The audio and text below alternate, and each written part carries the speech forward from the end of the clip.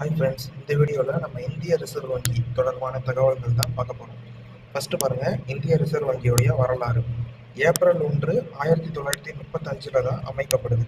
இந்திய ரிசர்வ் வங்கி அமைக்கப்பட்ட ஆண்டு 1935 ஏப்ரல் 1. அடுத்தது தேசியமயமாக்கப்பட்ட ஆண்டு. எப்போ இந்திய ரிசர்வ் வங்கியை தேசியமயமாக்கப்பட்டுச்சு அப்படின்னா ஜனவரி 1, 1949. இந்திய சுதந்திரத்திற்கு பின்பு ஜனவரி 1, 1949 தேசியமயமாக்கப்பட்டிருக்கு. அடுத்தது இந்திய ரிசர்வ் வங்கியோடைய தலைமை அலுவலகம் கல்கத்தாவிலிருந்து மும்பைக்கு மாற்றம் செஞ்சுருக்காங்க. அது எப்போ அப்படின்னா 1937.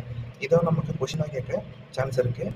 எந்த ஆண்டு ரிசர்வ் வங்கியின் தலைமை அலுவலகம் கல்கத்தாவிலிருந்து மும்பைக்கு மாற்றம் செய்யப்பட்டது அப்படின்னா 1937.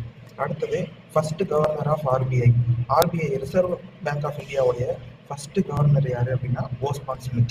ஸோ அடுத்தது ஒரு எக்ஸ்ட்ரா கொஷின் பாருங்க.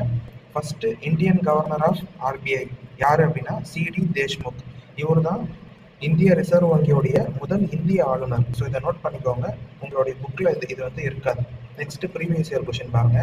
இந்திய ரிசர்வ் வங்கி முழுமையாக தேசியமயமாக்கப்பட்டு இந்திய அரசின் சொத்தாக மாறிய ஆண்டு எது அப்படின்னு கேட்குறாங்க. ஸோ இதுக்கான ஆன்சர் என்ன அப்படின்னு சொல்லிட்டு கமெண்ட் பண்ணுங்கள் ஃப்ரெண்ட்ஸ். தேங்க்யூ. அடுத்த வீடியோவில் இந்திய ரிசர்வ் வங்கியோடைய பணிகள் மற்றும் நிர்வாகங்கள் பற்றி டீட்டெயிலாக பார்க்கலாம்.